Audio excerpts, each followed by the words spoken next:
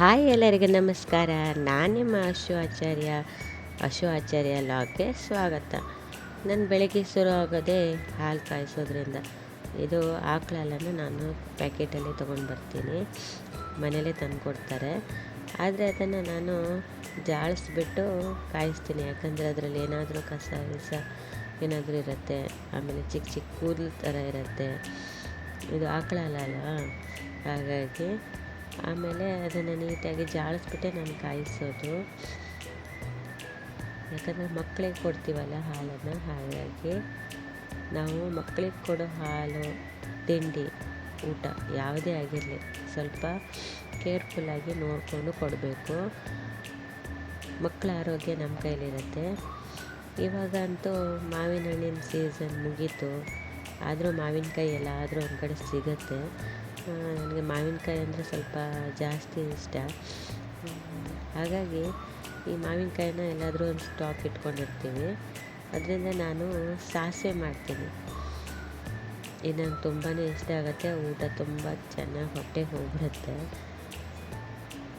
ಮಾವಿನಕಾಯಿ ಸಾಸಿವೆನ ಹೇಗೆ ಮಾಡೋದು ಅಂತ ನೀವೇನಾದರೂ ರೆಸಿಪಿ ಕೇಳೋದಾದರೆ ಕಮೆಂಟ್ ಮಾಡಿ, ನಾನು ಅದರ ಡೀಟೇಲಾಗಿ ತಿಳಿಸ್ಕೊಡ್ತೀನಿ.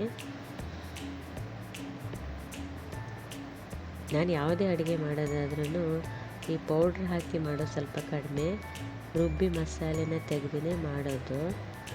ಅದು ಸ್ವಲ್ಪ ಇನ್ನೂ ಜಾಸ್ತಿ ಟೇಸ್ಟ್ ಕೊಡುತ್ತೆ. ಆಮೇಲೆ ಆರೋಗ್ಯಕ್ಕೂ ತುಂಬಾ ಒಳ್ಳೆಯದು, ಮತ್ತು ಅದು ರುಚಿನೂ ಸ್ವಲ್ಪ ಜಾಸ್ತಿನೇ ಕೊಟ್ಬಿಡತ್ತೆ. ನಾವು ಅಂದ್ಕೋತೀವಿ ಈ ಪೌಡ್ರ್ ಹಾಕಿರೋ ತಿಂಡಿ ಎಲ್ಲ ಸ್ವಲ್ಪ ಟೇಸ್ಟ್ ಕೊಡುತ್ತೆ ಅಂತ, ಆ ಥರ ಏನಿಲ್ಲ. ಆಮೇಲೆ ನಾನೇನು ಮಾಡ್ತೀನಿ, ಹಾಲು ಸ್ವಲ್ಪ ಒಂದು ಲೋಟದಷ್ಟನ್ನು ಹಾಗೆ ತೆಗೆದಿಟ್ಟು ನೆರವಿಗೆ ಹಾಕಿ ಅದನ್ನು ಸ್ವಲ್ಪ ಬೆಣ್ಣೆ ಕಡಿದು ತುಪ್ಪ ಮಾಡ್ತೀನಿ.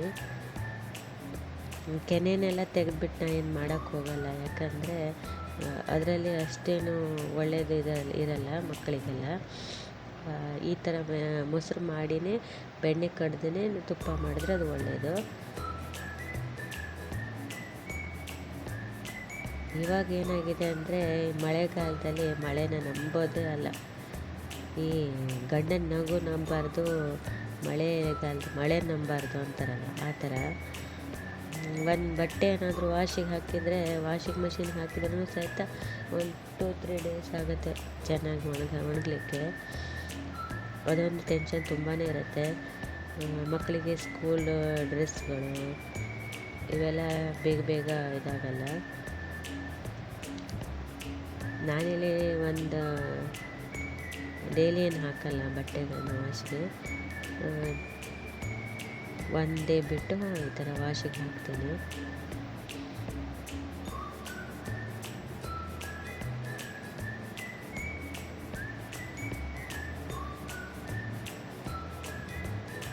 ನನ್ನ ವ್ಲಾಗ್ ನಿಮಗೆ ಇಷ್ಟ ಆಯಿತು ಅಂದರೆ ಖಂಡಿತ ಸಬ್ಸ್ಕ್ರೈಬ್ ಮಾಡಿ, ಹಾಗೆ ಶೇರ್ ಮತ್ತು ಲೈಕ್ ಮಾಡೋದನ್ನು ಮರಿಬೇಡಿ.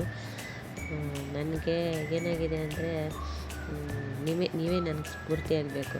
ನೀವೇನಾದರೂ ನನ್ನ ಚಾನಲ್ನ ಸಬ್ಸ್ಕ್ರೈಬ್ ಮಾಡಿದ್ರೆ ನನಗಿನ್ನೂ ವ್ಲಾಗ್ಸ್ ಮಾಡೋದಕ್ಕೆ ಒಂಥರ ಸ್ಫೂರ್ತಿ ಸಿಗ್ದಂಗೆ ಆಗುತ್ತೆ. ಇಲ್ಲಾಂದರೆ ಏನಪ್ಪ ಯಾಕೆ ಮಾಡೋದು ಅನ್ನೋ ಒಂಥರ ಜಿಗುಪ್ಸೆ ಬಂದುಬಿಡುತ್ತೇನೋ ಅಂತ ಅನಿಸುತ್ತೆ. ಈ ನಮ್ಮ ಉತ್ತರ ಕನ್ನಡ ಸೈಡ್ ಅಂತೂ ಸಿಕ್ಕಾಪಟ್ಟೆ ಮಳೆ, ಎನಿ ಟೈಮ್ ಮಳೆ ಬರ್ತಾನೆ ಇರುತ್ತೆ. ಈ ಪವರ್ ಪ್ರಾಬ್ಲಮ್ ಕೂಡ ತುಂಬಾ ಇರುತ್ತೆ. ನಾನೇನು ಮಾಡ್ತೀನಿ, ಬಟ್ಟೆನೆಲ್ಲ ಒಂದೇ ಸಾರಿ ಜಾಸ್ತಿ ಎಲ್ಲ ತೆಗೆದುಬಿಟ್ಟು ಮಡಚಿಟ್ಬಿಡಲ್ಲ. ಯಾಕಂದರೆ ಚಿಕ್ಕ ಹುಡುಗ ಇರೋದ್ರಿಂದ ನಂಗೆ ಸ್ವಲ್ಪ ಕೆಲಸನ ಕಡಿಮೆ ಮಾಡ್ಕೋಬೇಕಾಗತ್ತೆ. ಹಾಗಾಗಿ ಏನು ಮಾಡ್ತೀನಿ, ಬಟ್ಟೆ ಒಣ ಹಾಕಿದಾಗಲೇ ಅಲ್ಲಿಂದನೇ ತೆಗೆದು ಮಡಚಿ ಈ ಥರ ನೀಟಾಗಿ ಒಂದು ಕಡೆ ಇಟ್ಬಿಡ್ತೀನಿ. ಯಾವಾಗ ಟೈಮ್ ಸಿಗುತ್ತೋ ಆವಾಗ ಜೋಡಿಸ್ಕೊಬಿಡ್ತೀನಿ. ಏನಾಗುತ್ತೆ, ಒಟ್ರಾಸಿ ಎಲ್ಲನೂ ತೊಗೊಂಡೋಗಿ ಒಂದು ಕಡೆ ಹಾಕಿ ಅದನ್ನು ಮಡಚಿ ಇಡೋದ್ರಿಂದ ತುಂಬಾ ಟೈಮ್ ವೇಸ್ಟ್ ಆಗಿಬಿಡುತ್ತೆ. ಇದಾಗಲ್ಲ, ಒಂದೇ ಕಡೆ ಕೆಲಸ ಕಡಿಮೆ ಆಗಿಬಿಡುತ್ತೆ. ಒಂದು 10 ನಿಮಿಷದಲ್ಲಿ ನಾವು ಎಷ್ಟೇ ಬಟ್ಟೆಗಳಿದ್ರೂ ಮಡಚಿ ಇಟ್ಕೋಬೋದು. ಹಾಗೆ ಮಡಚಿ ಇಡ್ತಾ ನಾನೇನು ಮಾಡ್ತೀನಿ, ಬಟ್ಟೆಗಳನ್ನು ಏನು ವಾಶ್ ಮಾಡ್ಕೊತೀನಲ್ಲ ಅದನ್ನೆಲ್ಲ ಒಣ ಹಾಕ್ಬಿಡ್ತೀನಿ. ಒಂದೇ ಸಲಕ್ಕೆ ನನ್ನ ಕೆಲಸ ಮುಗಿಯುತ್ತೆ. ಚಿಕ್ಕ ಮಕ್ಕಳಿರೋರು